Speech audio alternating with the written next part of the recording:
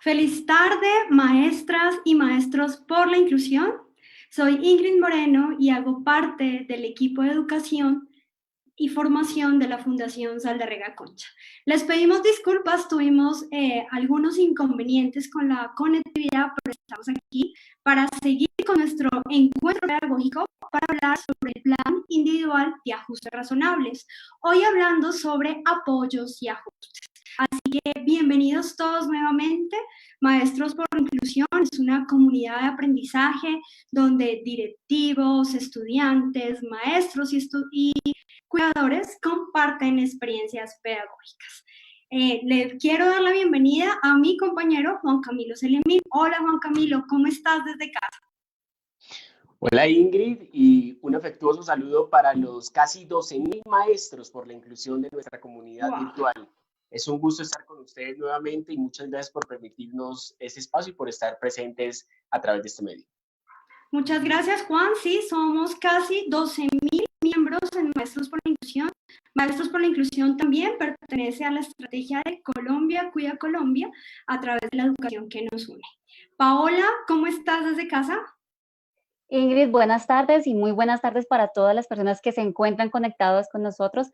Feliz de estar nuevamente en este espacio de aprendizaje y de construcción con todas y cada uno de ustedes. Muchas gracias, Paola.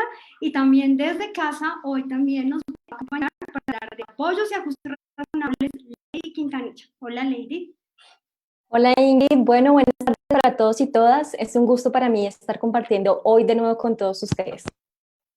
Muchas gracias. Entonces vamos a iniciar.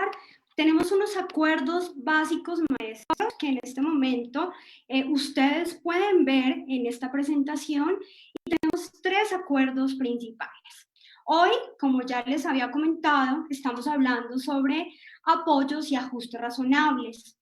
El martes 26 de mayo estuvimos hablando sobre los 5 pasos para generar el plan individual de ajustes razonables. Para el encuentro de hoy, agradecemos que por favor usted tenga en cuenta estos 3 puntos. El primero, no se preocupe, la grabación de este encuentro va a estar en el grupo Maestros por la Inclusión. Va a permanecer ahí para que usted pueda compartir. El segundo acuerdo es que esta presentación, donde vamos a tener el ejemplo de un estudiante, también va a ser compartida después de este encuentro. Y el tercer encuentro o acuerdo principal es que este espacio es para compartir experiencias y mencionar ejemplos. No significa que sea una receta o sea lo que usted va a hacer en su práctica pedagógica. Entonces, este encuentro va a estar grabado, vamos a compartir la presentación, no requiere ningún enlace con contraseña para volver a ver esta grabación. Como les mencionaba, hace 8 días hablamos sobre 5 pasos para elaborar un plan individual de ajustes razonables. Este PIAR se realiza de acuerdo al decreto 1421 de 2017, por el cual se reglamenta la atención de estudiantes con discapacidad en Colombia. Así que vamos a recordar esos 5 pasos para abordar nuevamente ese caso de ese estudiante llamado Pedro y hablar acerca de los apoyos y ajustes razonables. El primer paso, maestro, saber qué es un PIAR y cuáles son sus apartados. Segundo paso, realizar la descripción de los entornos. Como sabemos, los estudiantes son totalmente diversos y presentan diferencias en el contexto donde viven, si es una zona rural dispersa, si es una zona urbana. El tercer paso para realizar un PIAR es identificar las características del estudiante. Aquí reconocemos los intereses o esos elementos que le permiten al maestro planear sus prácticas de enseñanza. El cuarto paso, que es el que vamos a profundizar hoy, son esos ajustes razonables y esos apoyos que se realizan después de haber conocido al estudiante. Y el quinto paso maestro en este repaso de los 5 pasos del PIAR es generar las recomendaciones. Recordemos que la Fundación Saldarriaga Concha y el Ministerio de Educación Nacional realizaron un video donde se explica el PIAR y usted puede compartirlo. Ahora bien, para iniciar con este encuentro pedagógico y recordar ese ejemplo del estudiante que hablamos el martes pasado, invito a mi compañero Juan Camilo Selemín, coordinador de Educación y Formación de la Fundación Saldarriaga Concha, para que por favor nos explique qué son los ajustes razonables, Juan Camilo. Juan, no te escuchamos, Juan. Hola, me pasó lo de Paola en el encuentro pasado. Respondiendo a la pregunta de los ajustes razonables, de acuerdo a lo que plantea el decreto 1421, debemos tener en cuenta que son todas aquellas acciones, adaptaciones, estrategias, apoyos o recursos que se vean necesarias teniendo en cuenta las necesidades del estudiante. ¿Quiere decir entonces que los ajustes solamente aplican para la población con discapacidad? No. Cuando hablamos de ajustes razonables, hablamos de educación inclusiva que reconoce la diversidad. Y partiendo de esa diversidad, diferentes grupos y diferentes personas dentro de esos grupos van a tener algunas barreras. Y allí es donde necesitamos un ajuste, unos apoyos que garanticen esa participación, interacción y aprendizaje. ¿Cuáles son esos ajustes razonables? Hay 4 tipos. El primero, los ajustes curriculares. El currículo va más allá de esa malla y tiene que ver con esa brújula que orienta para qué estoy yo trabajando un contenido específico con el estudiante. Es muy importante tenerlo en cuenta porque es el que me va a dar la orientación y me va a permitir precisamente hacer esos ajustes o esas adaptaciones o brindar esos apoyos de acuerdo a lo que yo propongo en ese currículo.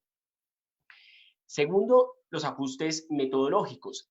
Lo metodológico tiene que ver con la forma en que el maestro o el medio que utiliza el maestro para llegar a ese estudiante y cumplir con ese objetivo.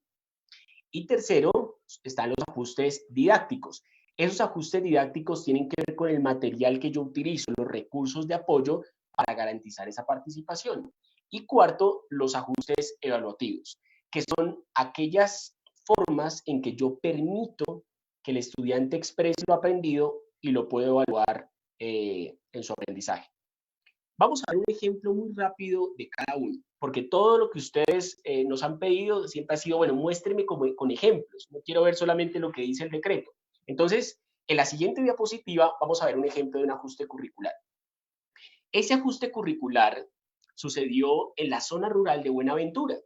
Un maestro quería mirar con sus estudiantes o trabajar con sus estudiantes diferentes tipos de texto y de funciones del lenguaje. Él quería que los estudiantes supieran cómo hacer una descripción, pero a la vez que eso se diferenciara de una narración y lo plasmaba en un texto escrito. Esa es la forma de hacerlo. Uno de sus estudiantes no podía escribir. El maestro planteó un ajuste curricular porque el estudiante era muy bueno con los gráficos, era muy bueno con la parte artística, y en la parte inferior ustedes observan precisamente una narración hecha por el estudiante, identificando las diferentes partes que tenía el cuento, y ahí está todo el hilo, el inicio, el nudo y el desenlace, sin necesidad de utilizar el código escrito.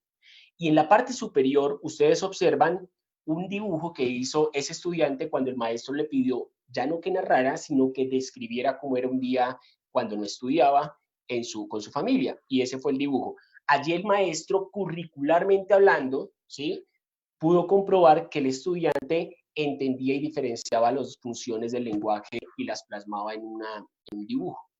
Segundo ejemplo de un ajuste. El ajuste, podemos pasar a la siguiente diapositiva. El ajuste metodológico. Eso que ustedes observan allí no son personas con discapacidad. Resulta que una vez nos fuimos para Arauca a dar clases a un diplomado con indígenas y teníamos allí una cantidad de población indígena, 300 personas en un auditorio. Y llega este profesor que ustedes observan ahí y llena el tablero de texto. Pues resulta que esa era la actitud que tenían los estudiantes que ustedes observan en la parte superior. Estaban totalmente idos. El ajuste que él propuso metodológico, el medio que utilizó, ya no era el escrito, sino el dibujo. Y eso nos permitió llegar y cumplir con los objetivos que teníamos para ese diplomado. Eso es un ajuste metodológico. Ahora veamos el tercer tipo de ajuste, que es un ajuste didáctico. En la parte derecha ustedes observan, esto es lo trabajamos con unos maestros del Cauca, de la zona rural también del Cauca. Él estaba enseñando matemáticas. Y la forma didáctica de trabajar las matemáticas fue a través de peinados. Yo lo he explicado esto en las diferentes conferencias, me pareció muy curioso eso, porque él cogía los peinados de la comunidad afro, les enseñaba la historia detrás de los peinados y como cada uno, que la historia tiene que ver con la época de la esclavitud, cuando no se podían hablar y tenían que contarle al otro para dónde se iba a escapar, y la forma de hacerlo era con los caminos. Deja unas semillas allí y esas semillas se convirtieron en chaquiras y de ahí salen como los peinados. Este maestro les explicaba eso y la forma didáctica de empezar a trabajar matemáticas en un solo curso con diferentes niveles, ¿sí? Fue la siguiente. Le dijo a unos estudiantes, si yo tuviera 2 personas con el peinado número 1 y 3 con el segundo peinado, ¿cuántas chaquiras y cuántas trenzas tengo? Y así empezó a trabajar suma, resta, multiplicación y división con diferentes estudiantes en un mismo curso.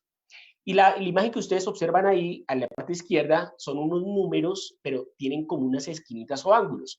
Este fue un ajuste didáctico de un maestro de primero con un niño que no representaba los números y se confundía al momento de escribirlos. Entonces él le dijo, cuente las esquinitas y verá que, no le dijo ángulos, esquinitas, y se dará cuenta si lo escribió o no lo escribió bien. Entonces él contaba 1, 2 y sabía que efectivamente era el número 2 el que estaba escribiendo. Por eso el 0 no tiene ninguna esquinita y el estudiante podía referenciarlo con ese apoyo didáctico. Y el último tipo de apoyo es el apoyo evaluativo. Volviendo a la experiencia con los indígenas en Arauca, que eso me enseñó muchísimo, pues resulta que el maestro tenía esta rejilla de evaluación que ustedes observan en la parte superior, que dice que para evaluar el diplomado, imagínense eso, pues tocó, como la mayoría no sabía leer ni escribir, ni tampoco pues diferenciaban, no sabían cómo diligenciar esa tablilla, es decir, se convirtió en una barrera para su evaluación, ofrecerles múltiples formas de evaluarlos, y eso es un ajuste evaluativo, a través de la oralidad, del canto y de la representación escenográfica de diferentes situaciones. Esa fue un ajuste evaluativo. Muchas gracias, Juan. Nos queda entonces clarísimo que estos ajustes no son solamente para estudiantes con discapacidad. Mil gracias. Estoy también viendo todo lo que nos comparten en la transmisión. Pues nuevamente les pedimos disculpas, tuvimos unos errores en la conectividad. Esto está grabado. Muchos de los maestros que en este momento están siguiendo la transmisión preguntan sobre la grabación del primer encuentro. Claro que sí, está en el grupo Maestros por la Inclusión. Nos saludan desde Caldas, desde Huila, desde Nariño, desde Sucre. Así que para continuar ya con esta claridad que nos dio Juan Camilo Selemín frente a los apoyos, frente a los ajustes, ahora escuchamos por favor a Paola Barreto. Paola, ya con esta claridad de los ajustes, Paola, por favor, indícanos qué son los apoyos. Claro que sí, Ingrid. Muchísimas gracias, maestros. Bienvenidos. Buenas tardes nuevamente. Es importante que, así como ya vimos el marco de los ajustes, entendamos que los apoyos, igual que los ajustes, no están solo orientados hacia las personas con discapacidad. Los apoyos podemos acceder a ellos o contar con ellos las personas con y sin discapacidad, y lo que busca es contribuir a aumentar tanto la autonomía o la independencia para poder participar activamente en los diferentes aspectos, en este caso en el sistema educativo. Estos apoyos pueden estar clasificados según su fuente, según la intensidad y duración o según las funciones. Con relación a la fuente, vamos a identificar que hace referencia a de dónde surgen estos apoyos o cuáles pueden ser los apoyos. La primera fuente que podemos encontrar hace referencia a los apoyos propios. ¿Sí? Ingrid, por favor, pasamos a la siguiente diapositiva para que todos podamos visibilizarla y reconocerla. Los apoyos propios hacen referencia a estos que vienen de las habilidades o los conocimientos que poseemos. En la vida diaria tenemos diferentes apoyos que hemos ido seleccionando y quizás muchas veces no somos conscientes o no los llamamos o los categorizamos como apoyos. Podemos tener la alarma del celular para un recordatorio o para levantarnos, podemos contar con algunos post-its para recordar tareas pendientes, compromisos, fechas de citas, diferentes opciones que podamos tener. Si vamos a realizar alguna cuenta, podemos acudir a la calculadora, podemos acudir a realizarlo en papel con el lápiz o podemos hacerlo mentalmente, pero son los diferentes apoyos que vamos identificando y que vamos reconociendo como propios. Otra fuente puede ser de las otras personas, ¿sí? Podemos contar con un apoyo de un familiar, de un amigo, un maestro, un docente de apoyo, orientador, coordinador, un intérprete de lengua de señas en el marco de los apoyos comunicativos, como en este momento contamos con el apoyo de nuestras intérpretes. Entonces son apoyos que vamos a ver que nos ofrecen otras personas, siempre teniendo la claridad que buscamos fortalecer la independencia y la autonomía. Una tercera fuente que podemos encontrar en los apoyos viene de los sistemas aumentativos o alternativos de comunicación. Estos tableros de comunicación que se han referenciado en otros espacios, en otros encuentros que hemos tenido, que en la parte superior pueden visibilizar una agenda de anticipación que también se hace en el marco de la comunicación aumentativa o alternativa y hace referencia precisamente a esas formas diferentes de la oralidad de comunicarse de las personas. Ya podemos encontrar aquí en la presentación otra fuente, es de servicios puntuales. En este caso hacemos referencia a esos servicios terapéuticos que puede recibir el estudiante, que si bien no están enmarcados en educación, porque no es el alcance ni la misionalidad que tenemos como educación, sí contribuyen a potenciar el desarrollo y las habilidades de los estudiantes. Entonces ya tenemos una primera clasificación que tiene que ver con la fuente. Una segunda clasificación tiene que ver con la intensidad y la duración de los mismos. ¿Cuánto tiempo puede durar o debe durar este apoyo? Depende de cada persona, cómo lo esté necesitando para realizar las actividades, reitero, en este caso, en el sector educativo. Lo vemos allí, pueden ser generalizado, extenso, limitado o intermitente. Vamos a ver de manera un poco más específica qué significa cada uno de ellos. Nos devolvemos al anterior, por favor. Entonces, cuando hablamos de generalizado, hablamos de un apoyo que pueda durar más tiempo, que pueda durar de manera permanente, que lo necesitamos de manera permanente, podemos hacer referencia a una ayuda técnica. Entonces, si yo soy usuario de silla de ruedas, para mi movilidad no la requiero solo en el contexto educativo, la requiero en los diferentes contextos en los cuales vaya a movilizar. Un apoyo extenso, hablamos de esos apoyos que se refieren en contextos específicos, puede ser en el educativo, y podemos hacer referencia a un estudiante con baja visión, que utilicemos un atril para que el documento que en ese momento vaya a acceder a la información pueda ser más cercano a su punto de referencia. Y de allí también puede utilizar una lupa o un amplificador de pantalla. Cuando hablamos de limitado, hablamos de momentos específicos que lo podamos utilizar, y cuando hablamos de intermitente puede ser ese que requerimos en este momento y que quizás no podamos volver a utilizar. Puede ser, digamos, en el apoyo intermitente cuando estamos aprendiendo a manejar un sistema de comunicación y nosotros estamos en ese papel o en ese rol de ser un interlocutor válido, de comprender este manejo del sistema y así poder tener una comunicación asertiva.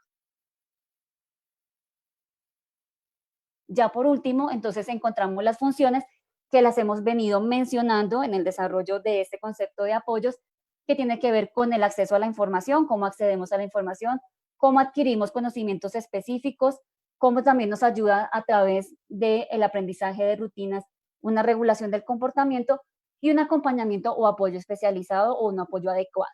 Aquí hacemos claridades y cuando hablamos de ese acompañamiento o ese apoyo, no hablamos de cohibir al estudiante de realizar diferentes actividades, sencillamente reiteramos de promover la autonomía y la independencia en el desarrollo.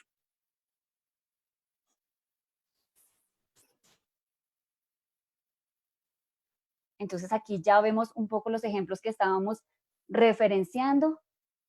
Apoyo generalizado, vamos avanzando en cada uno que ya tuvimos la oportunidad de revisarlo. Extenso, lo que les mencionaba del atril. Esto es un atril que puede utilizar una persona con baja visión.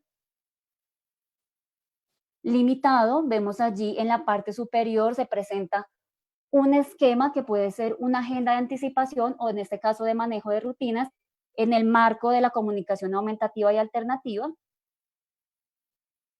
Y como les mencionaba, el intermitente, en este caso, de ese aprendizaje del manejo y del conocimiento de este sistema para ser interlocutores válidos.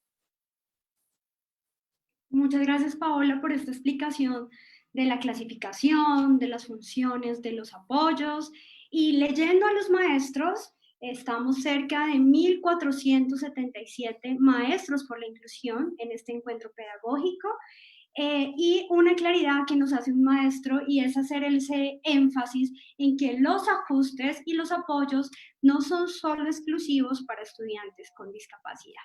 Entonces, maestros, después de haber tenido la claridad sobre qué es un ajuste razonable, que nos lo explicó muy bien Juan Camilo, apoyos, que nos lo explicó Paola, ahora recordemos esa historia de vida que analizamos en el encuentro del 26 de mayo, en los 5 pasos para formular el PIAR, para ya llegar a los ejemplos sobre apoyos y ajustes razonables. Así que invito a mi compañera Lady Quintanilla, quien nos va a contar un poco de la historia de Pedro, el estudiante protagonista de este encuentro. Muchas gracias, Ingrid. Bueno, para empezar, es importante mencionar que nosotros retomamos el caso de Pedro, ya que vimos la necesidad de complementar en apoyos y ajustes, que por lo general esta es la parte del PIAR que presenta más dudas comúnmente. Bien, entonces, para recordar, Pedro es un niño que tiene 12 años, es un niño que vive en la zona rural con sus padres y sus 3 hermanos mayores. Él dejó un año de estudiar y ahora está retomando grado quinto. ¿Qué sabemos sobre él? Que a Pedro le encanta jugar con los animales, le encanta acompañar a los papás en las actividades que hacen en la finca, que en este caso sería distribuir leche y distribución de huevos. También sabemos que a él le encantan las actividades físicas como jugar fútbol. En cuanto al entorno de salud, sabemos que es un niño que previamente o hace poco tiempo fue diagnosticado con discapacidad intelectual. Sabemos que su comunicación es un poco inteligible, que comúnmente usa señas naturales o algunos gestos para comunicarse. Ahora, en el sector o el entorno del colegio, sabemos que Pedro presenta muy buenas habilidades manuales, artísticas. Sabemos que la clase que más le gusta y que más le interesa y lo motiva es la clase de ciencias naturales. En cambio, en la clase de lengua o de lenguaje presenta algunas dificultades. Él está teniendo lectura silábica en este momento y requiere de algunos apoyos visuales como imágenes para la comprensión de textos. Con relación a matemáticas, sabemos que reconoce los números y las cantidades, pero que hasta el momento requiere de material concreto para hacer algunas operaciones como suma y resta. Es importante recordar que posteriormente, en otra oportunidad, vamos a abarcar un caso de bachillerato o educación media.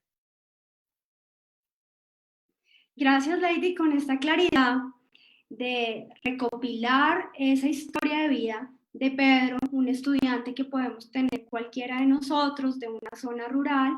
Vamos a hablar de esos ejemplos a través de los DBA y cómo podemos hacer ajustes. Quiero comentarles a los que están siguiendo este encuentro que nos saludan desde Cali, Cajicá, Chía, Popayán, Huila. Somos más de 1.400 personas. Ustedes recuerden, por favor, los 3 acuerdos. Esta grabación, como la de los otros encuentros, queda en el grupo Maestros por la Inclusión. Se comparte la presentación y, por favor, nos puede decir sus preguntas para que el equipo pueda contestarlas. Así que, teniendo esa claridad sobre la historia de Pedro, un estudiante que podemos tener cualquiera de nosotros, voy a invitar nuevamente a mi compañero Juan Camilo, coordinador del Grupo de Educación y Formación de la Fundación Saldarrega Concha, para que nos diga o nos dé un ejemplo de esos ajustes razonables que pueden realizarse en lenguaje. Entonces, Juan, te escuchamos. Muchas gracias, Ingrid. Entonces, bueno, mis profes, vamos a mirar con el ejemplo puntual de Pedro, ¿sí? ¿Cuál sería uno de los DBA del lenguaje? El DBA que ponemos aquí como ejemplo es: reconoce en la lectura de los distintos géneros literarios diferentes posibilidades de recrear y ampliar su visión de mundo. Ustedes pueden tomar o los DBA o los estándares básicos de competencia, que van hasta 11, ¿sí? Esos son los que ustedes pueden ajustar, ¿sí? Y hay que tener en cuenta que el DBA no es un inamovible, sino que se ajusta el DBA, de acuerdo a las dinámicas institucionales al PI de la institución educativa, y tiene como objetivo es precisamente revisar cuáles son esos avances que el estudiante puede tener, pero no quiere decir que se establezca como un básico que sí o sí el estudiante debe alcanzar. 4 tipos de ajustes para este DBA: curricular, metodológico, didáctico y evaluativo. Vamos a ver un ajuste curricular. Siguiente diapositiva, por favor. Ese ajuste curricular implicaría un cambio o en las evidencias de ese DBA, que para ese DBA podrían ser la de expresar con escritos o enunciaciones la experiencia literaria que ha consolidado a partir de los textos, o conocer diferentes culturas a partir de la lectura de textos literarios, o deducir las semejanzas y diferencias de los géneros literarios. Yo puedo hacer un ajuste curricular ahí y decir, yo esta evidencia la voy a trabajar, pero estas dos no, por las particularidades que tiene Pedro, que nos describieron en el caso. Para efectos de este que estamos viendo, vamos a coger y hacer un ajuste curricular en el DBA mismo, no en la evidencia. Y vamos a verlo en la siguiente diapositiva. De pasar de reconocer en la lectura de los distintos géneros literarios diferentes posibilidades de recrear y ampliar su visión del mundo, podemos hacer el ajuste y mirar qué DBA está antes o está previo a ese de reconocer en la lectura. ¿Por qué? Acordémonos que Pedro, según lo que nos mostró ahora nuestra compañera Lady, tenía dificultades en la lectura y la escritura y reconocía algunas letras y realizaba lectura silábica. No podríamos hablar en este caso entonces de entrada que él va a reconocer diferentes tipos de textos y va a identificarlos o a diferenciarlos. El ajuste propuesto sería entonces que comprenda que algunos escritos y manifestaciones artísticas pueden estar compuestos por texto, sonido e imágenes. Ustedes pueden decir, uy, le quedó bien redactado a Juan Camilo ese ajuste en el DBA. No lo redacté yo. Ese ajuste quiere decir que cogemos un DBA, ¿sí?, de cursos que pueden ser anteriores a quinto, que en este caso está Pedro, que no quiere decir que nos devolvamos, sino que, como les decíamos, hace parte de ese ajuste que podemos realizar. Con base ya en eso, partiendo de las características de Pedro, podemos empezar entonces a avanzar. Entonces, el DBA no es que ustedes lo ajusten, ojo a eso, no es que ustedes digan voy a redactarlo de una forma nueva, sino que ustedes deben mirar los DBA que lo anteceden y a partir de eso proponer ese ajuste o adaptación curricular. Vamos a ver cuáles serían las evidencias de ese DBA ajustado. Ya serían entonces, no tiene que ver con lectura y escritura, comprensión de texto, sino identifica diversas manifestaciones artísticas como la escritura, la pintura, la danza y relaciona su contenido con el contexto en el que vive. Interpreta la información difundida en textos no verbales, caricaturas, tiras cómicas. Acordémonos que a Pedro le encantan los animales y por eso parte de los ajustes, por ejemplo, podrían ser, que ya vamos a ver ahora en la parte didáctica, tener diferentes recursos como los animales para que él pueda interactuar con ellos. Comprende que algunos escritos están compuestos por textos gráficos, esquemas o imágenes. Eso ahí no tiene escritura. Y analiza los sonidos que se emplean en diferentes manifestaciones artísticas. Miremos ahora entonces qué sería un ejemplo de ese ajuste curricular. Por ejemplo, conoce algunas manifestaciones artísticas culturales colombianas y analiza los textos, sonidos, imágenes que se producen en ellas. Entonces yo por aquí traje un mapita de Colombia que está ahí, ¿cierto? Que ustedes lo pueden observar en este momento. Está un mapa con las diferentes bailes, representaciones artísticas por región. Pero también puedo complementar con esto que ustedes están observando acá. En mis manos tengo un mapa, un FOMI, y ahí en ese mapa están las diferentes regiones para que Pedro pueda interactuar, para que él sea mucho más, sea para él mucho más intuitivo o mucho más gráfico lo que yo le estoy presentando. De esa forma yo puedo decir que el estudiante puede llegar a conocer esas manifestaciones artísticas por región. Segundo, un ajuste que ya no es curricular, sino metodológico. Vamos a verlo a continuación. Ese ajuste metodológico podría ser contextualizar las actividades para proporcionar mayor tiempo de respuesta. No pretender que Pedro me responda al mismo tiempo que yo espero que me respondan todos, o pretender que en un mismo momento lo hagan todos, sino que ajustar los tiempos de respuesta. Segundo, utilizar apoyo gráfico para presentar las palabras o el texto escrito, es decir, está la parte de la escritura, la palabra, pero también un apoyo visual, por ejemplo, CASA, casa, y la casa como gráfico abajo que le permita referenciar a Pedro esa secuencia de grafemas. o hacer énfasis en la identificación y diferenciación de sonidos artísticos de acuerdo a la región. Acordémonos que Pedro es muy bueno para eso. Entonces, ponerle diferentes sonidos musicales, ¿cierto? Que en el ambiente le favorezcan a Pedro al momento de participar. Ahora veamos un ejemplo de un ajuste didáctico. Entonces, ese ajuste didáctico para SDVA puede ser hacer pausas activas cada determinado tiempo. Sería muy bueno que ustedes, teniendo en cuenta que Pedro se cansa con facilidad, que ustedes propongan unos espacios, unas pausas para todo el salón, no solo para Pedro, donde después de determinado tiempo, Pedro pueda cambiar de actividad y nuevamente retomar su atención y concentración. Segundo, alternar espacios cerrados como el aula de clase. Hace poco, los invito, hubo una charla entre la viceministra de Educación y Frato, este caricaturista que tiene un contenido pedagógico fenomenal, y Frato hablaba de convertir el colegio en un laboratorio, no solamente el aula, sino el colegio. En este caso, convirtamos la casa, porque Pedro está en este momento en la casa por el tema del COVID, convirtamos la casa en un laboratorio. No nos encerremos en que tiene que ser en un mismo espacio. Eso es un ajuste didáctico. Y un ajuste didáctico es presentar, por ejemplo, esto que les decía, los animales que le encantan a Pedro y que pueden encontrarse en cada región, los mapas en alto relieve que pueden también hacer que él interactúe. Eso es lo didáctico. Y por último, un ajuste para lenguaje en SDVA, un ajuste evaluativo. Ingrid, por favor, ayudas con la siguiente. Es utilizar diferentes opciones de evaluación. La anterior, por favor. Es utilizar diferentes opciones de evaluación. No, la evaluativa. Utilizar diferentes opciones de evaluación como representación gráfica y gestual al momento de expresar lo aprendido. No basarnos en el texto. Acordémonos del ejemplo de los indígenas. A Pedro se le facilita dibujar, crear, pensar digamos, en plasmar eso en un gráfico o a través de sus gestos también. Eso apoya la comunicación oral de Pedro. Entonces, un apoyo, un ajuste evaluativo es permitir que él pueda expresar lo aprendido y participe a partir de estas otras formas de expresar la información. Esos serían los 4 ajustes para este DBA de lenguaje. Muchas gracias. Gracias, Juan. Entonces, retomando, no se preocupe, maestro, esta presentación la vamos a compartir. Acabamos de escuchar las claridades, primero de conocer al estudiante, los intereses del estudiante, por ejemplo, Pedro, dónde vive, y sabemos que podemos hacer ese ajuste curricular, metodológico, didáctico y evaluativo. Así que mil gracias a Juan Camilo por esta claridad. Y siguiendo con estos ejemplos, nosotros también quiero decirles que estamos tomando nota de sus preguntas. Nos saludan maestros de Armenia, de Tuluá, de Medellín, de Pereira, de Circasia, de Pitalito, de Tesalia, Popayán, Bucaramanga.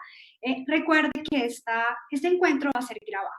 Así que le doy la bienvenida nuevamente a mi compañera Paola para que por favor nos recuerde ese DBA que está en este momento necesitando un ajuste, Pedro, o no necesita un ajuste en matemáticas. Te escuchamos, Paola.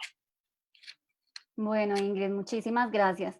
Acabamos de ver en lenguaje que el ajuste se hizo no en el DBA, sino en coger un DBA de otro curso que sabemos que en este marco estructurante de aprendizaje están alineados en los diferentes cursos.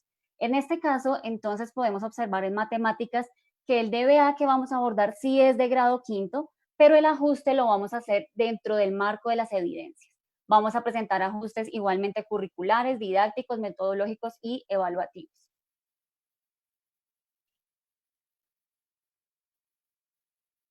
Avanzamos entonces en la lectura, le voy a leer con ustedes el DBA que nos dice de matemáticas. Interpretar y utilizar los números naturales y las fracciones en su representación fraccionaria y decimal para formular y resolver problemas aditivos, multiplicativos y que involucren operaciones de potenciación.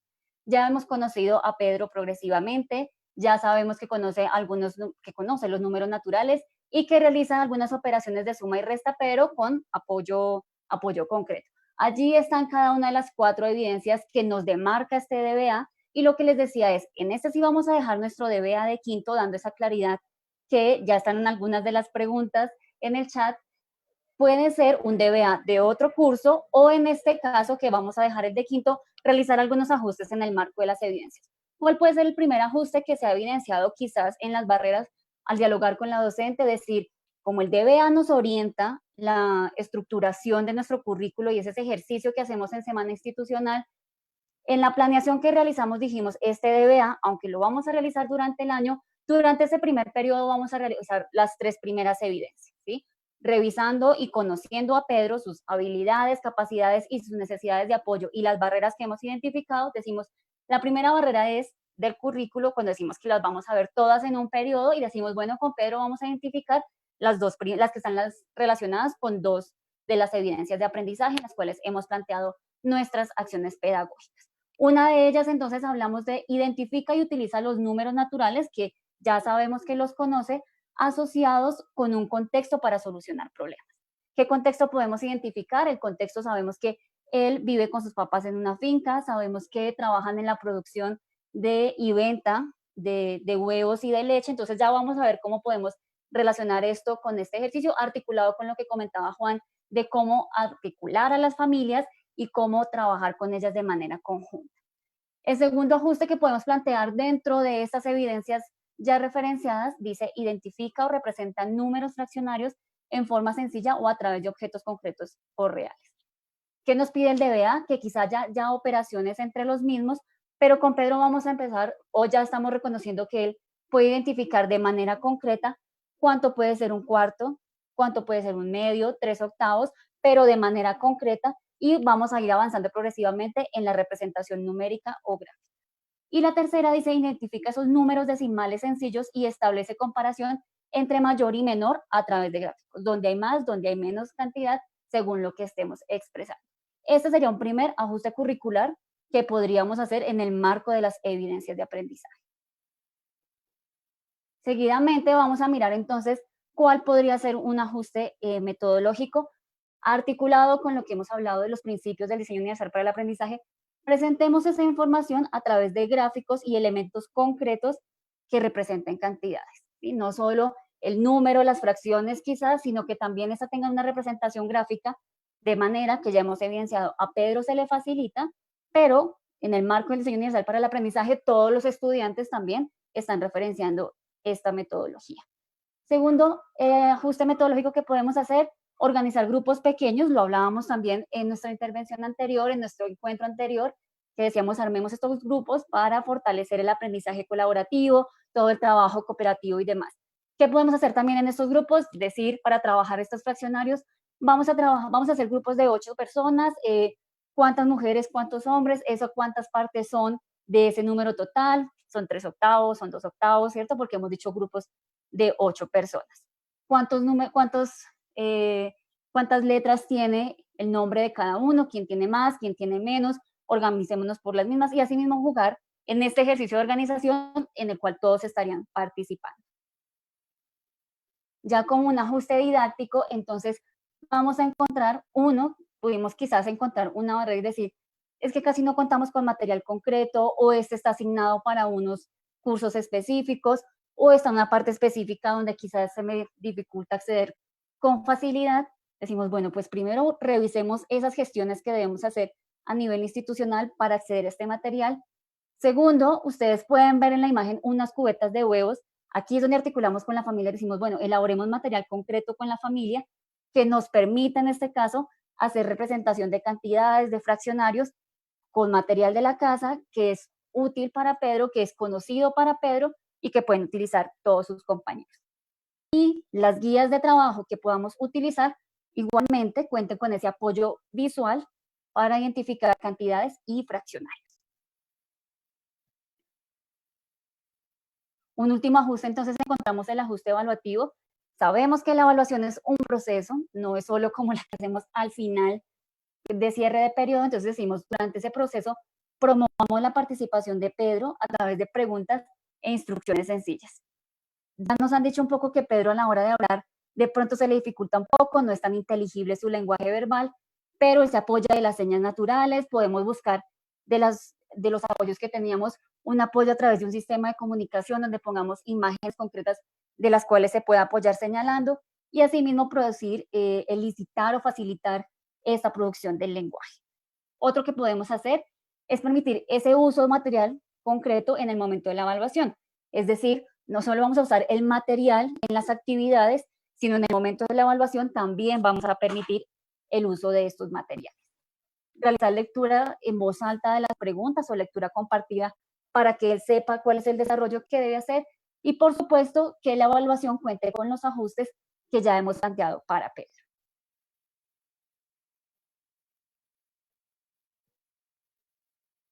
Muchas gracias, Paola, por explicarnos cómo hacer un ajuste en el área de matemáticas. Vale la pena resaltar que estas recomendaciones no son una receta y que se utilizan los elementos de donde vive el estudiante. Entonces, por ejemplo, la cubeta de huevos. Aquí estamos muy juiciosos tomando nota de sus preguntas, maestros, para contestarlo después de este ejemplo de ciencias naturales. Quien nos va a explicar es mi compañera Lady Quintanilla. Lady, explícanos, por favor, cómo le va a Pedro en ciencias. Bueno, Ingrid, y les cuento a todos, justamente en Ciencias Naturales pasa algo particular y es que es la clase en que mejor le va a Pedro, ¿sí? Entonces acá vamos a ver que vamos a hacer menos ajustes comparado con lenguaje y con matemáticas, ¿sí? Recordemos que Pedro ha vivido en un contexto natural, rural, desde muy temprana edad, y esto hace que conozca los animales y que conozca todos los temas de naturaleza. Bien, entonces para empezar, vamos a ver el DBA que nos plantea el Ministerio de Educación, para grado quinto específicamente, que es el grado en que está Pedro. Bien, este nos habla de que los seres humanos y los animales, específicamente en la nutrición, requieren del funcionamiento integrado de sistemas como el digestivo, el respiratorio y el circulatorio. Entonces, este es el DBA que vamos a trabajar con Pedro. Para eso vamos a aplicar ajustes didácticos, metodológicos y evaluativos, es decir, que no vamos a proponer ajustes curriculares comparado con lenguaje y matemáticas.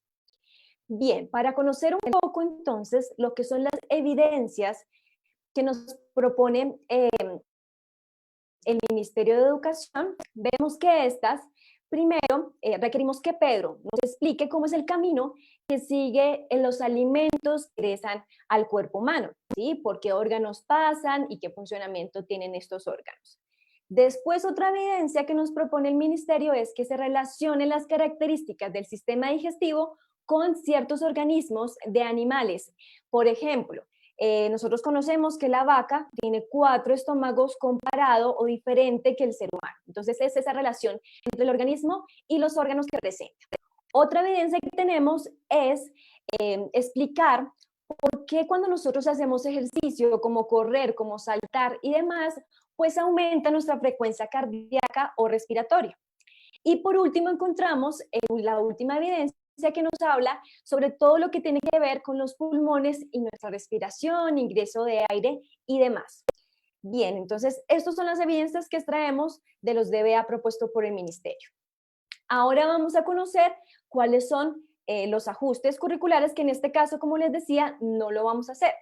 ¿Qué proponemos nosotros? Implementar el diseño universal para el aprendizaje y diferentes herramientas didácticas, pedagógicas, metodológicas que permitan a Pedro adquirir el conocimiento de este DBA, solamente con el DUA. Ahora vamos a ver qué pasa respecto a lo metodológico. Entonces, como les mencionaba, el diseño universal para el aprendizaje le va a ayudar a Pedro a comprender todo lo que tiene que ver, en este caso, el ejemplo es el sistema digestivo. Sin embargo, es importante mencionar que el DUA va a favorecer a Pedro como a todos los compañeros del aula de clase, ¿sí? Entonces, ¿qué estrategias podemos proponer? Una de ellas, como vemos a la izquierda, es un video explicativo en donde se van viendo varias partes del cuerpo, cuál es su función y cómo pasa el alimento por toda la faringe, la boca, el esófago y pues pasa posterior al estómago. Otro ejemplo que proponemos es el que se encuentra al lado derecho y es aprovechar todas estas cualidades y potencialidades de Pedro. Recordemos que él era un niño o es un niño que tiene muy buenas habilidades manuales. Entonces vamos a proponerle a este docente que realice una actividad con plastilina donde Pedro pueda construir todo el sistema digestivo y conocer cada una de sus partes. Esto posterior lo va a poder hacer con el sistema respiratorio o el circulatorio. Muy bien, y ahora entonces vamos a ver qué ajustes vamos a hacer en lo didáctico, ¿sí? Entonces, recordemos que Pedro presenta algunas dificultades en la lectura y escritura, por lo cual nosotros proponemos que se usen letras en tamaño macrotipo, es decir, más grandes, para que Pedro pueda leer más fácilmente cada una de las partes del sistema digestivo que estamos tratando y comprenderlas mejor. Además, le proponemos a los docentes que se haga el uso de gráficos, de imágenes, de fotografías, de fotos, para que ellos puedan comprender cada una de las partes del sistema. Bien, y por último encontramos entonces los ajustes evaluativos. ¿Sí? Entonces acá le vamos a proponer al maestro que le pida a Pedro que represente gráficamente lo que aprendió del sistema digestivo, es decir, que haga un dibujo. Sabemos que él es muy bueno dibujando, ¿cierto? Entonces, claramente le va a ir mucho mejor haciéndolo de esta forma que completando una guía escrita en donde tenga que escribir algunas palabras o leer algunos textos. Esto se le va a dificultar, entonces haciendo un dibujo pues va a ser más fácil. Entonces, en general, como vemos, implementando el diseño universal para el aprendizaje, podemos abarcar estos ajustes mínimos que vamos a hacer en naturales, porque como sabemos, Pedro es un niño que tiene discapacidad intelectual, pero que le va muy, muy bien en ciencias naturales.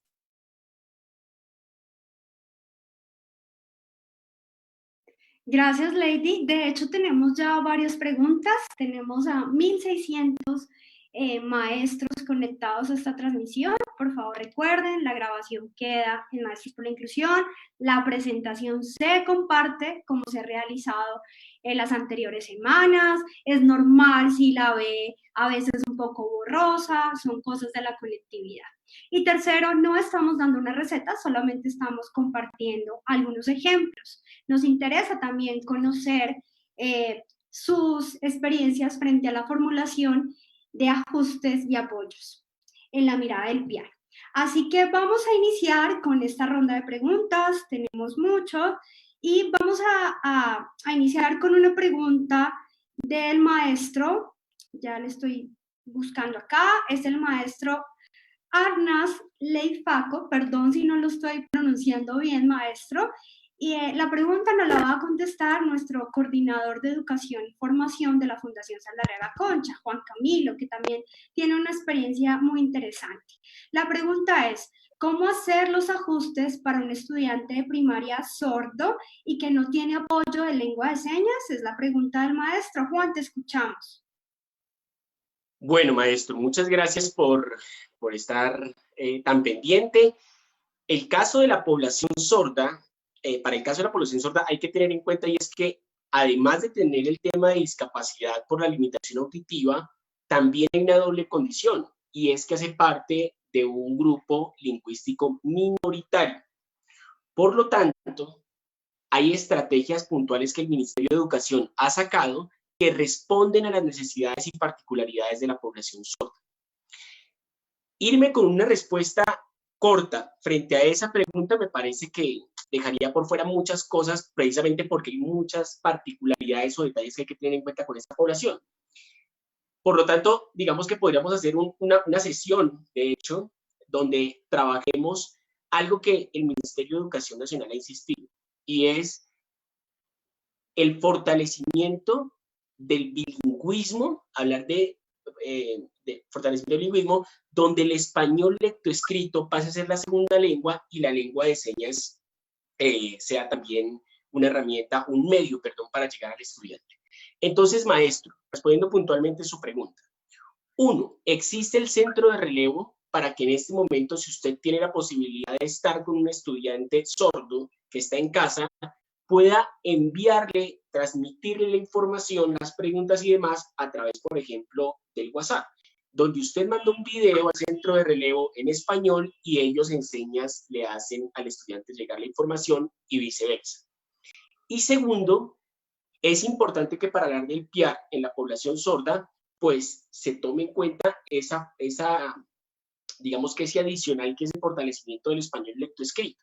Entonces, allí tenemos unas herramientas adicionales donde tenemos que incluir sí o sí al intérprete, al modelo lingüístico que también está en la institución educativa y a usted como maestro. Es muy importante esos tres apoyos para poder trabajar con ese estudiante sordo, el PIAR, entendiendo que allí prima el fortalecimiento de la lengua de señas y como lengua 2, el español lectoescrito. Les propongo que para hablar de un PIAR puntual para la población sorda, lo veamos en un espacio adicional. Gracias, Juan Camilo. También cabe resaltar que el Instituto Nacional para Sordos, INSOR, tiene INSOR Educativo. También el maestro puede encontrar algunos recursos y apoyos para la población sorda. Bueno, continuamos con las preguntas.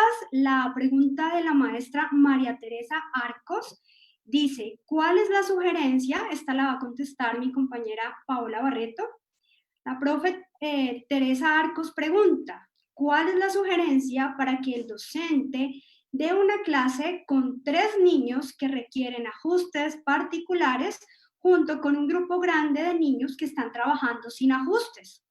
Paola, te escuchamos. Ingrid, muchas gracias. Bueno, profe María Teresa, aquí es importante primero recordar que cuando hablamos del PIAR hablábamos como no un currículo paralelo, sino como esta es una herramienta que nos fortalece la planeación como docentes y cómo también a través del diseño universal podemos generar estrategias. Entonces, si bien estamos identificando un estudiante que requiere apoyo, ¿sí?, en un tema de el uso de material concreto, puede que no sea el único y dentro de nuestra estrategia generar esas metodologías, esas actividades en las que todos puedan acceder a ese tipo de material. Como lo revisábamos en el concepto de apoyos y ajustes razonables, no solo los estudiantes con discapacidad lo requieren. Yo puedo no tener discapacidad, pero requerir de un apoyo concreto y para mí es más fácil o se me facilita más la elaboración, por ejemplo, en este caso, la resolución de operaciones matemáticas. En ese sentido, entonces, la invitación es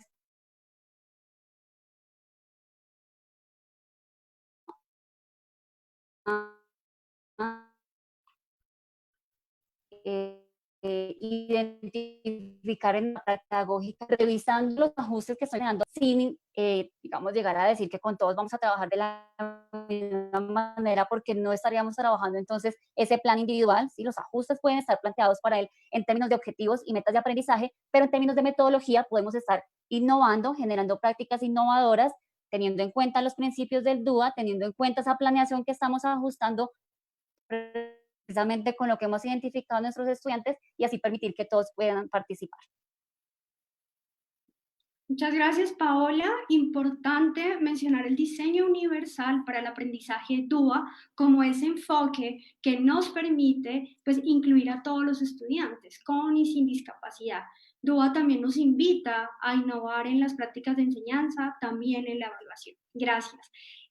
Doy paso a mi compañera Lady Quintanilla, que le va a contestar la pregunta al maestro Velázquez. El maestro pregunta, en la transmisión pasada, habían dicho que solo se hacían ajustes donde el estudiante tenía dificultades. ¿Por qué en ciencias naturales si aquí tiene un buen rendimiento? Entonces, Lady, te escuchamos. Claro que sí. Bueno, profe Velázquez, justamente usted tiene toda la razón. Se realizan ajustes cuando hay dificultades. Como yo lo mencioné, en ciencias naturales vamos a promover el diseño universal para el aprendizaje, que le va a servir a Pedro como a todos los compañeros. ¿Qué pasa? En ciencias naturales también vamos a ver algunos textos escritos, algunas palabras, y ahí es donde vemos que Pedro presenta algunas dificultades en la lectura y escritura. Por eso proponemos ajustes pequeños como el aumento del tamaño de las letras, el uso de gráficos e imágenes para que pueda comprender más los textos. Pero básicamente vamos a promover en ciencias naturales el diseño universal para el aprendizaje. Muchas gracias, Lady. Estamos aquí también revisando todas las preguntas. Y la siguiente pregunta es de la maestra Mayerly García. La profe dice, ¿cómo se debe generar el informe académico del estudiante al que se le hace PIAR? Juan Camilo, te escuchamos. Bueno, precisamente el formato que facilita el Ministerio de Educación es la herramienta para poder adjuntar a ese informe y dar cuenta de los avances del estudiante, ¿sí? No se trata sencillamente de decir, este fue el DBA o el estándar básico de competencia propuesto y pues el estudiante ahí va. No, sino que en términos de barreras, en términos de ajustes y avances, ese formato del PIAR permite que el maestro pueda decir, ese es el informe académico del estudiante, donde se le hicieron estos ajustes, tuvo estos avances y este fue el compromiso de la familia, del directivo, del administrativo para que eso se lograra. Eso entonces se adjunta a ese informe académico que genera la institución educativa. Gracias, Juan. También recordemos que cuando hablamos de los 5 pasos para generar el PIAR, también hablamos sobre la importancia de trabajar en equipo, involucrar a la familia, para generar ese informe que garantiza las trayectorias o transiciones completas exitosas. La siguiente pregunta es de la maestra Jamie Sedano. La pregunta la va a contestar mi compañera Paola y dice, dentro del ajuste curricular, ¿cómo se manejaría el manual de convivencia en un contexto donde se presenta bullying, aun cuando los estudiantes conocen la vida social y educativa del estudiante? Profe, esa pregunta es muy pertinente con una realidad social que se presenta en varios establecimientos educativos con los estudiantes con y sin discapacidad, y está muy relacionada precisamente con uno de los puntos, de los pasos del PIAR, cuando en nuestro encuentro mencionábamos que debe estar articulado con el PMI y con el manual de convivencia, ¿cierto? Y cómo estas acciones que identificamos de acoso o de bullying también podemos enmarcarlas en estos ejercicios de toma de conciencia. Es súper principal, diríamos, abordar esta barrera que puede ser actitudinal, ¿sí? Si partimos de eliminar esta barrera actitudinal, vamos a avanzar en muchos procesos. Entonces, creo que principalmente se deben generar esas acciones de toma de conciencia que también nos invita a la Convención sobre los Derechos de las Personas con Discapacidad, y es cómo generamos ese respeto por la diversidad, no solo ese respeto por Pedro, que tiene una condición particular, en este caso estamos hablando que es un estudiante con discapacidad, sino cómo abordamos, reiterando que esta diversidad la conformamos todos, no solo las personas con discapacidad. Entonces, es muy importante que desde el manual de convivencia aumentemos el respeto por la diversidad en términos de aprendizaje, en términos de relaciones, en términos comunicativos, esa diversidad dando referencia y haciendo reconocer a todos los estudiantes que todos los que estamos allí participando somos diferentes.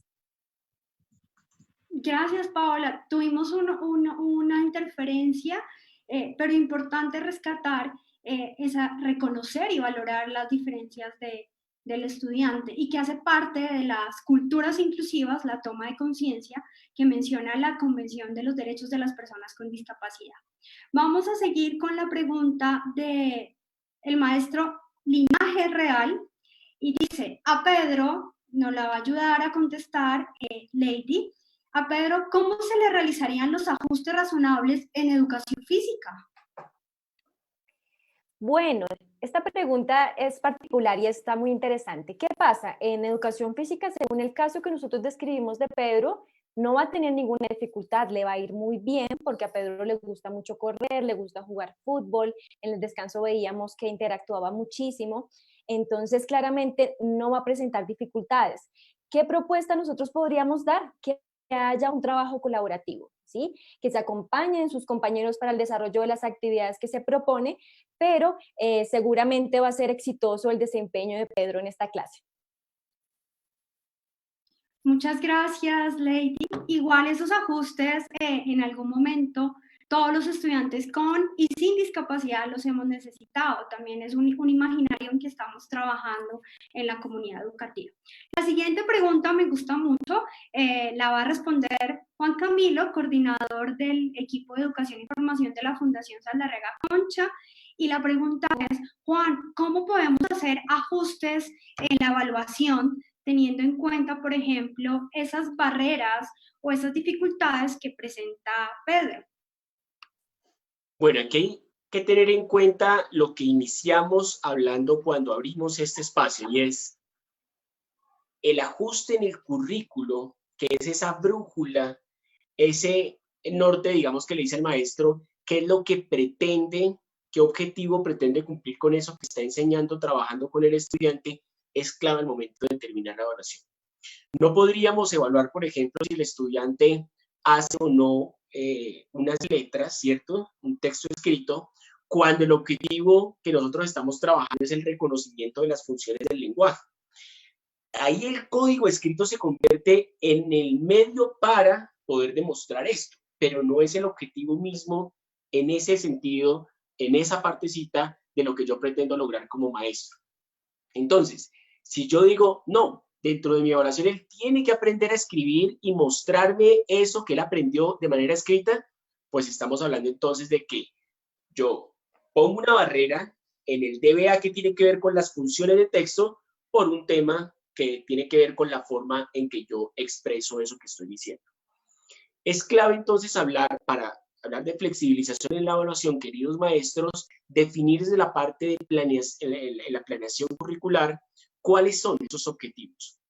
Aún estableciendo los objetivos, los DBA, y aquí hago alusión a un comentario de Mónica Cortés ahora que lo hizo en este webinar, Mónica, una referente en el tema de familias en el país, y es qué pasa cuando ese DBA aún así yo lo evalúo de diferentes formas y no, el estudiante pareciera que no, pues ahí estamos hablando de lo que decíamos ahora de ajustar ese antecedente en el DBA y mirar, no como un asunto de retroceso, ¿sí?, sino mirar en esa escala de cómo va progresando el estudiante, en dónde está. Acordémonos de Vygotsky cuando hablaba de ese andamiaje, como ese escaloncito que está antes de ese DBA que estoy trabajando con el resto del grupo. Y allí es donde entra entonces una evaluación flexible. Entonces yo a partir de eso digo, yo le voy a evaluar en ese escaloncito, en ese peldaño que está acá, para que me permita jalonar ese que viene. Entonces es muy importante, respondiendo a la pregunta, primero, definir en la planificación el DBA que se está trabajando, el objetivo de eso que se está trabajando para ver hasta qué punto puede flexibilizar. Y segundo, establecer con los otros actores y a partir de las fortalezas que tiene el estudiante, cómo presentar esas múltiples formas de evaluar al estudiante de acuerdo a esos DBA o a estándares básicos de competencia. Esos dos elementos son muy importantes, entendiendo que cada estudiante es diferente. Muchas gracias, Juan. Seguramente esas precisiones que tú estás haciendo sobre la evaluación son útiles para todos los maestros, incluso a todos los que estamos en diferentes grados. Y nuevamente la importancia de conocer al estudiante y ojalá otra vez a través de la valoración pedagógica. Seguimos con las preguntas. Esta es una pregunta, nos la va a ayudar a contestar Paola. La pregunta es de la maestra Lucy Meriño Montes. ¿Qué hacer cuando el niño es extraedad en primaria, no en mayúscula sostenida, tiene voluntad, mayúscula sostenida, y la familia no está interesada en ayudar a su hijo en nada? Paola, cuéntanos. Bueno, aquí es importante reiterar ese trabajo colaborativo que se debe hacer y de corresponsabilidad entre la familia, entre el estudiante y entre el establecimiento educativo. Tenemos que identificar, recordemos ese proceso de aprendizaje que también nos enmarca el DUA, y es que el primer principio o esa primera red tiene que ver con la motivación. Entonces tenemos que revisar realmente cuáles son las motivaciones que tiene este estudiante, cuáles son sus intereses. Si ella está hablando de un estudiante de extraedad en primaria, pues tendríamos que mirar de qué edad está hablando, pero quizás sea un poco comprensible por su desarrollo social, que los intereses no estén articulados en este momento con quienes son sus compañeros. Entonces allí es un trabajo pertinente y de buscar un trabajo conjunto, no solo de la docente, sino también en este caso revisar un apoyo del orientador o coordinador de cómo identificar esos intereses y esas actividades que también podemos involucrarlo, principalmente preguntándole a él, ¿sí? Teniendo la voz del estudiante, qué desea, qué le gusta, qué le interesa para partir de allí, ¿sí? No partir de lo que debería estar haciendo o de lo que suponemos que puede interesarle, sino realmente partir de su voz y decirle qué le interesa, preguntarle y así reconociendo qué actividades pueden irse generando para no hablemos de no voluntad, sino revisar eso, qué intereses está teniendo y nosotros qué estamos proponiendo también para abordar esos intereses y que él sea partícipe en este ejercicio pedagógico. Muchas gracias, Paola. Había otro maestro que también estaba haciendo esa pregunta, pero voy a pasar a la pregunta de la profesora Gloria Patricia Ortegón, nos la va a ayudar a contestar Lady Quintanilla, y dice: a mí me gustaría que se hiciera claridad con respecto al cambio de DBA si se tiene un estudiante en bachillerato que no lee y escribe poco y está en grado octavo, ¿se le puede colocar el DBA de primaria? Pregunta la profesora Patricia. Bueno, profe Patricia, pues hay que evaluar muy bien el caso. Como nosotros lo mencionábamos, sí podemos tomar unos DBA de unos años anteriores, pero pues ideal que no baje tanto, porque si no su desarrollo y su progreso pues va a ser muy lento. También recordemos que podemos hacer algunos ajustes en el currículo, la parte de evidencias que nos propone DBA, para así llegar a alcanzar los logros que propone pues este estudiante o que requiere este estudiante. Se puede hacer, pero pues el ideal es que no sea tan de primaria, sino pues ir evaluando y aplicando todos los ajustes al contexto, todos los ajustes del diseño universal para el aprendizaje que también mencionábamos, para que se pueda cumplir con satisfacción. Muchas gracias, Lady. Ya estamos cerrando. Maestros, nosotros estamos leyendo de manera juiciosa sus aportes. Nos interesa pues, seguir construyendo una comunidad de aprendizaje con ustedes, y ya casi vamos a cerrar. Voy a darle el paso a mi compañero Juan, que tiene una pregunta, nos va a contestar la pregunta de la maestra Evelyn Bedoya. La maestra dice: los estudiantes que presentan necesidades educativas especiales y se encuentran en programas escolares con ajustes razonables, ¿pueden reprobar el año lectivo, Juan? Pues, querida maestra, dos cosas ahí. La primera, intentemos no hablar de necesidades educativas especiales, porque ahí hacemos referencia a que son niños especiales que necesitan un colegio especial, con maestros especiales y toda la mirada clínica, digamos, de lo que ha sido la educación especial y, digamos, el tratamiento que en algún momento se le daba a la población con discapacidad.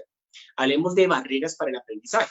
¿Listo? Entonces, entendiendo la pregunta de una persona con discapacidad que tiene barreras para su aprendizaje, ¿puede reprobar un año? La respuesta es sí.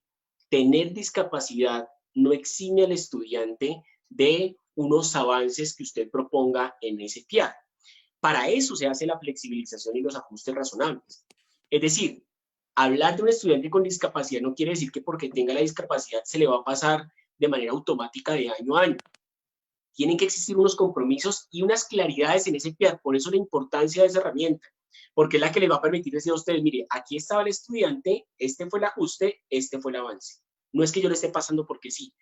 O lo contrario, aquí estaba el estudiante, a esto se compromete la familia, este era el avance esperado, este fue el avance que no se tuvo, el estudiante además de eso no pudo venir a clases durante mucho tiempo, no existe un compromiso, por lo tanto, y ahí tendríamos un análisis institucional frente a si el estudiante reprueba o no.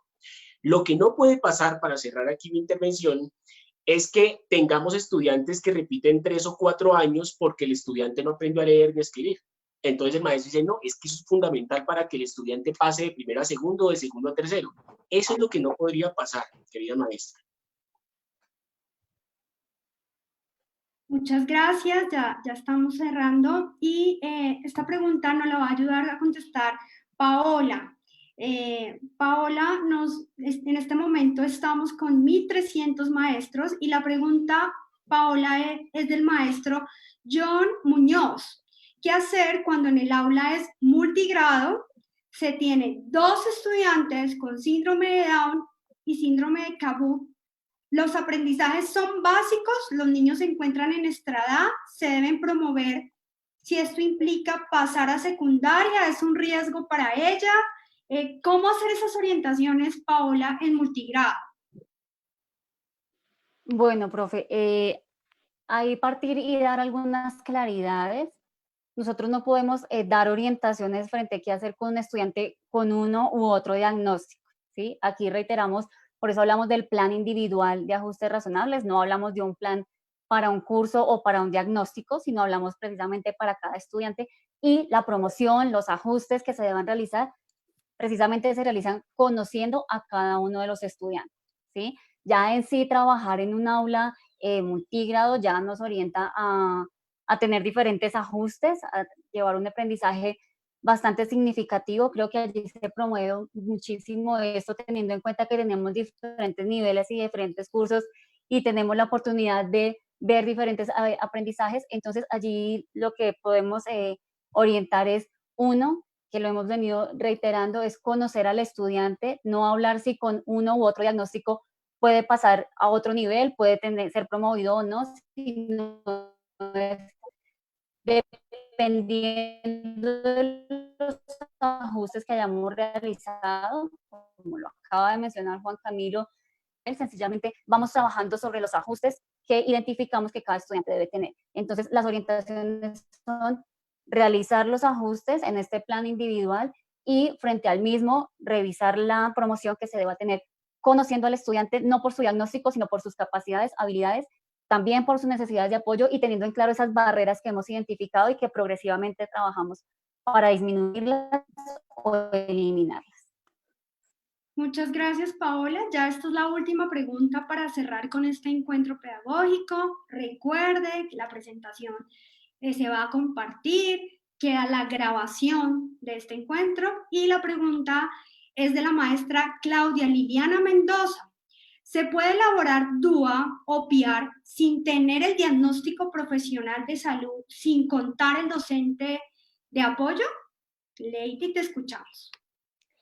Claro que sí, profe. Se puede realizar el PIAR. Como nosotros decíamos la semana pasada y esta, invitamos a que primero se conozca al estudiante, todas sus cualidades, potencialidades y cuáles son algunas de las dificultades que presenta. Se puede realizar PIAR y también se puede realizar sin docente de apoyo. Recordamos que se vinculan los diferentes actores que hay en el colegio, docente de aula, orientador, si no hay docente de apoyo o si no hay ninguno de los dos, entraría a trabajar la familia, el coordinador, el rector o hasta los mismos estudiantes. Es un trabajo colaborativo de todos, pues que va a estar en cabeza o liderado por el docente de aula. Vale, muchas gracias, Lady. Bueno, maestros, recordando que vamos a compartir, que somos una comunidad de aprendizaje, que volveremos a hacer encuentros como estos todos los martes a las 4 de la tarde. Puntos para tener en cuenta. Uno, los apoyos y ajustes razonables parten de conocer al estudiante a través de la valoración pedagógica y dos, también deben hacerse a la luz del diseño universal para el aprendizaje DUA. Así que mil gracias, maestros, por estar con nosotros. No sé, Juan, si quieres hacer algún cierre. Paola, Lady, te escuchamos, Juan. Bueno, no, agradecerles a todos los maestros que se conectan, la generosidad de habernos dado una vez más una hora de su valioso tiempo y de permitirnos llegar hasta su territorio. Ustedes son los expertos y en 8 días les vamos a tener algo para ustedes, ya les estaremos contando, así que muchas gracias por estar presentes en este nuevo encuentro. Gracias, Juan. Paola, muchas gracias por acompañarnos. Muchísimas gracias también por este espacio, a todas y cada una de las personas que está conectado, compartiendo preguntas, compartiendo ese interés. Seguiremos construyendo, seguiremos trabajando juntos y un placer haber estado con ustedes. Gracias, Lady, muchas gracias por acompañarnos. Gracias por la invitación, Ingrid, a la Fundación Saldarriaga Concha y sobre todo gracias a todos los que estuvieron acompañándonos hoy y aprendiendo en este espacio todos juntos. Muchas gracias. También damos un agradecimiento a Evelyn y a Brenda que estuvieron apoyándonos con el servicio de interpretación, a Carlos y John, al equipo de comunicaciones, Laura, Jorge, todos estuvieron muy pendientes de este encuentro. Así que nos vemos el siguiente martes aquí en Maestros por la Inclusión. Gracias.